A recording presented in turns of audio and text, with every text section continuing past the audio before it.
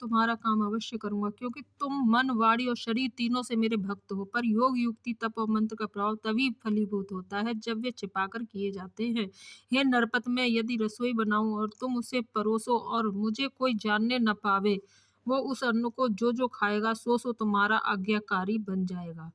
यही नहीं, उन भोजन करने वालों के घर भी जो कोई भोजन करेगा, हे राजन सुनो, वह भी तुम्हारे अधीन हो जाएगा। हे राजन, जाकर यही उपाय करो और वर्ष भर भोजन कराने का संकल्प कर लेना।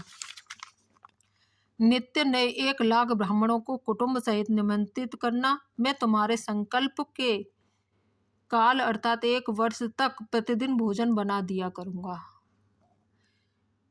एह विधि भूप कष्ट यत थोरे होए, सकल विप्र वस तोरे, करिहइ विप्र होम मख सेवा, ते प्रसंग सहजे ही वस देवा।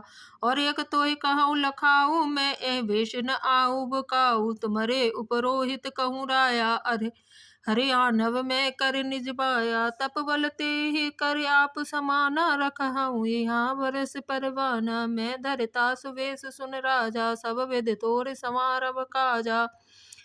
ज्ञानिस बहुत शयन अब कीजे, मोहि तोहि भूप भेट दिन तीजे, मैं तप बल तोहि तुरत समेता, पहुँचे सोबत ही निकेता, मैं आऊ सोई वेश धरे, पहचाने तब मोह, जब एकांत बुलाए सब कथा सुनावो तो ही। सियापति रामचंद्र पति रज शरणम, शंकर हरिओम। जय जय सिया राम, जय जय हनुमानी हरि की जय। हे राजन, इस प्रकार बहुत ही थोड़े परिश्रम से सब ब्राह्मण तुम्हारे वश में हो जाएंगे। ब्राह्मण हवन, यज्ञ और सेवा पूजा करेंगे तो उस प्रसंग संबंध से देवता भी सहज ही वश में हो जाएंगे। मैं एक और पहचान तुमको बताए देता हूँ कि मैं उस रूप में कभी नहीं आऊंगा। हे राजन, मैं अपनी माया से तुम्हारे पुरोहित को हर लाऊंगा, तप के बल से उसे अपने समान बनाकर 1 वर्ष तक यहाँ रखूंगा। और हे राजन सुनो, मैं उसका रूप बनाकर सब प्रकार से तुम्हारा काम सिद्ध करूंगा। हे राजन, रात बहुत बीत गई, अब सो जाओ। आज से तीसरे दिन मुझसे तुम्हारी भेंट होगी। तप के बल से मैं घोड़े सहित तुमको सोते ही मैं घर पहुंचा दूंगा। मैं वही पुरोहित का वेश धर कर आऊंगा। जब एकांत में तुमको बुलाकर सब कथा सुनाऊंगा, तब तुम मुझे पहचान लेना। शयन कीन न पाय सुमानी, आसन जाय बैठ छल ज्ञानी, श्रमित भूप निद्रा अति आई, सो के में सोब सोच अधिकाई। काल केतु निश्चर तह आवा, जेह सूकर होए न पहि भुलावा, परम मित्र तापस नप केरा, जानई सो अति कपट घनेरा। ते के सत सुत अरु 10 भाई, खल यति जय देव दुखदाई, प्रथम ही भूप समर सब मारे, विप्र संत सुर देख दुखारे। ते खल पाचिल बयरु संहारा, तापस नप मिल मंत्र विचारा, जय रूप छय सोय रचन पाऊ, भावी वस न जान कछुराऊ।